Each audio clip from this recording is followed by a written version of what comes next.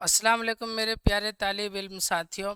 आप सबका फिर से मैं इस्तकबाल करता हूँ उर्दू क्लासेस बाय इस्लाम सर। तो इस क्लास में हम लोग सीखते हैं, इस क्लास में हम लोग देखते हैं कि भीमराव अंबेडकर हिंदुस्तान के जो उन्होंने संविधान लिखा था उससे रिलेटेड ये क्या है चैप्टर है।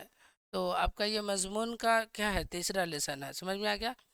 तो अब मजमून चल रहा है तो यहाँ पे ध्यान दीजिए। यहाँ पर मतलब जो है ना, हमेशा हम बता रहे क्या 10वीं कक्षा है, मैट्रिक बोर्ड है, उर्दू आपका क्या है सब्जेक्ट है, उर्दू का कौन सा किताब है, रक्षा है, हिस्सा क्या है 2 है, और कौन सा सिन्फ चल रहा है तो मजमून चल रहा है। कौन सा सिन्फ चल रहा है, मजमून चल रहा है। और मजमून में क्या है, हिंदुस्तानी आइन के मामार मतलब भारतीय संविधान के रचनाकार।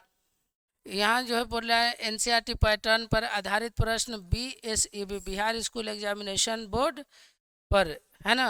तो चलिए इतना करने के बाद जो है ना हम क्वेश्चन शुरू करते हैं। तो अपने हिंदुस्तान में ये जो मतलब चैप्टर से रिलेटेड जो है ना, ये शुरू होने वाला है रिपब्लिक डे, गणतंत्र दिवस 26 जनवरी को आने वाला है। आज कितना तारीख है, आज 24 जनवरी है, ठीक ना। 2 दिन बाद क्या है, कानून मतलब लागू हुआ था 26 जनवरी 1950 को। इसी से रिलेटेड जिन्होंने कानून लिखा था उन्हीं का क्या है ये चैप्टर है। तो जाहिर है आप ठीक से पढ़ने की कोशिश करिए, उनके बारे में ज़्यादा से ज़्यादा जानकारी होना चाहिए। समझ में आ गया। तो देखो दोस्तों, आगे ये है, यहाँ पर देखिए सबसे पहला क्वेश्चन आपके स्क्रीन बोर्ड पर यह है, भीमराव अंबेडकर की पैदाइश कब हुई थी। तो भीमराव अंबेडकर की पैदाइश हुई थी 1891 में। कब हुई थी, 1891 में। तो 1891 में कुम्हू सेंट्रल इंडिया में इनकी पैदाइश हुई थी। तो 1891 किधर है, इधर है। ऑप्शन नंबर बी आपका क्या हो गया, राइट आंसर हो गया। उसके बाद देखना यहाँ पे बोला है भीमराव की वालिदा का क्या नाम था। भीमराव के वालिदा का क्या नाम था, तो भीमाबाई। क्या नाम था, भीमाबाई। क्या नाम था इनके वालिदा का, क्या नाम था भाई, भीमाबाई। वालिदा मतलब क्या होता है, माँ, और वालिद मतलब पिता। ठीक है, आगे क्वेश्चन देखिएगा, बोल रहा है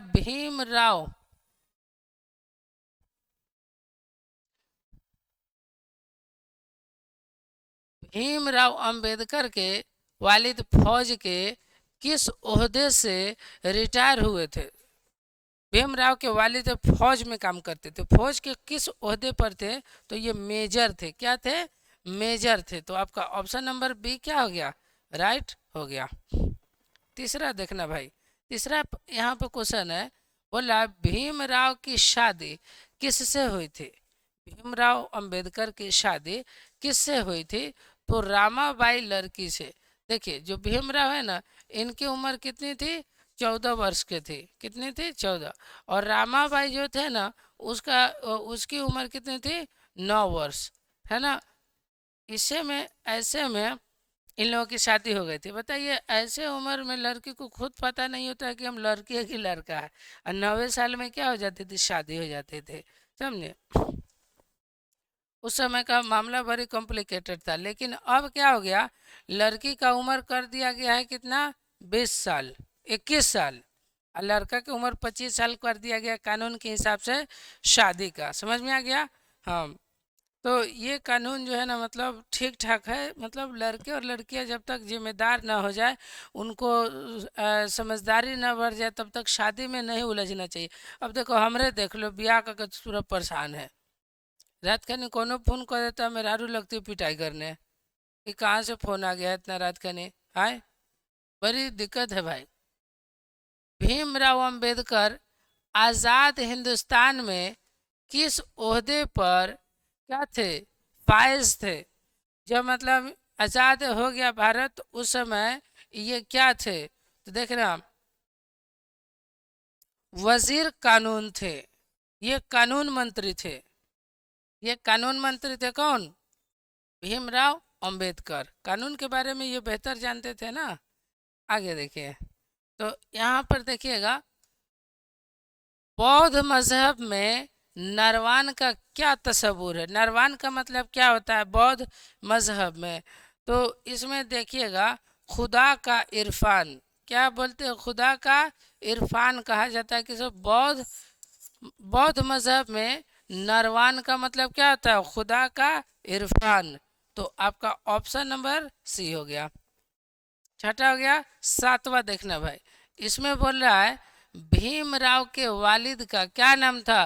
भीमराव के वालिद मतलब पिताजी। वालिद कौन थे, तो राम जी मालो जी सकपाल। राम जी मालो जी सकपाल, ये कौन थे, इनके वालिद थे। वालिद माने बाप। समझ में आ गया। आगे ध्यान दीजिए, यहाँ पे बोल रहा है कि भीमराव कितने साल के थे कि इनके वालिदा का इंतकाल हो गया। भीमराव के वालिदा मतलब माँ, इनका इंतकाल हो गया कब, जब ये 5 साल के थे। कब थे, 5 साल की उम्र में ये इनके वालिदा का क्या हो गया, इंतकाल हो गया। नहीं, 5 साल के नहीं थे, ये 6 साल के थे, ये गलत हो गया। 6 साल के थे ना, तो इनके वालिदा का क्या हो गया था, इंतकाल हो गया था। देखिए हर चैप्टर से 5 को क्वेश्चन आपके एग्जाम में आने वाला है। तो 5 एग्जाम देने के लिए आपको 10 ऑब्जेक्टिव तो याद रखना पड़ेगा। वालिदा के इंतकाल के बाद भीमराव की परवरिश किसने किया था, तो इनके फूफी ने की थी। किसने की थी, इनकी फूफी ने की थी। समझ में आ गया। ऑप्शन नंबर ये हो गया आपका। देखिए अब 10वां प्रश्न, 10वां नंबर क्वेश्चन बोल रहा है भीमराव किस उम्र में स्कूल में दाखिला कराए गए थे। जब ये 5 साल के थे ना, 5 साल के, तो इनको ना स्कूल में दाखिला करा दिया गया था। देखो आजकल क्या है कि मतलब हम लोग के गांव में क्या होता है, देहात एरिया में, कि लड़का 10 साल का रहता है तब ले तो सवेरे सवेरे उठेगा, चीनी रोटी ममोर के बिना मुंह हाथ धोले एकदम एकदम नोच के खा रहा है, खूब मस्ती में रहता है।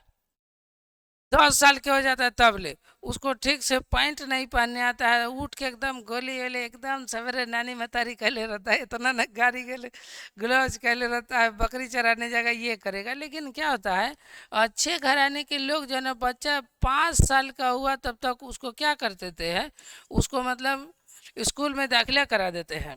लेकिन देहात में ऐसा नहीं, देहात के लेकर सवेरे सवेरे चीनी रोटी में बिजी रहेगा, और शहर का और अच्छे घर के लोग के लेकर जो है ना, उतना ही सवेरे उसके पीठ पर 8 किलो का बैग लाद देता है और चलते रहो। तो शुरू से जो उसका दिमाग मेहनती होगा, बॉडी मेहनती होगा, तो आगे चल के वो ना कामयाब होगा। कि वो जो लड़का 10 साल के वो क्या कर रहा है, अभी रोटियाँ छिपा रहा है, बसिया रोटी है ना। आप लोग भी मतलब बच्चों के पढ़ाई में आप लोग सपोर्ट करिएगा, समझे। आगे देखिए 11वां प्रश्न है। 11वां प्रश्न बोल रहा है भीमराव की मादरी जबान क्या थी। भीमराव के महाराष्ट्र के थे, इसलिए मराठी ये बोलते थे। क्या बोलते थे, मराठी बोलते थे। तो आपका ऑप्शन नंबर क्या हो गया भैया, एकदम सही। तो देखिए यहाँ पर देखिए कगो सही हो गया, एगो तो गलती हो गया है, कगो गड़बड़ा गया। इसमें 8 को बता रहे, गलत बता रहे, जरूरत नहीं। 8 को सही हुआ, ज्यादा हुआ तो 1 2 3, एगो एक गलती,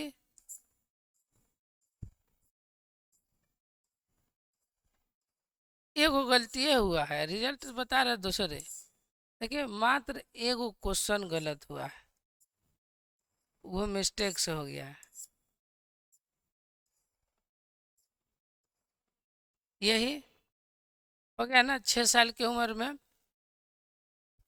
इसके अलावा कोई भी गलत नहीं है। तो ये बकलोलवा और रिजल्ट उल्टा कह दे रहा है, कंप्यूटरवा में गड़बड़ी हो गया। यहाँ पे 10 स्कोर होना चाहिए, यहाँ पे 10 होना चाहिए। तो ये दे रहा है कितना, बैल कहीं के दूसरा मूर्ख बनाता है। चलो हो गया जी। तो देखिए टेक्निकल चीज़ है तो एक दो गलतियाँ होती रहती है, सब बड़े बड़े एग्जाम में भी छोटे छोटे थोड़ा एक दो क्वेश्चन गलत हो जाता है। तो हम यही सलाह आप लोगों को देंगे क्या, कि भाई पढ़िए और थोड़ा हेल्प करिए अपने बच्चों को पढ़ाने में। समझ में आ गया? तो चलिए इसी के साथ मुझे दीजिए इजाज़त। खुदा हाफिज़।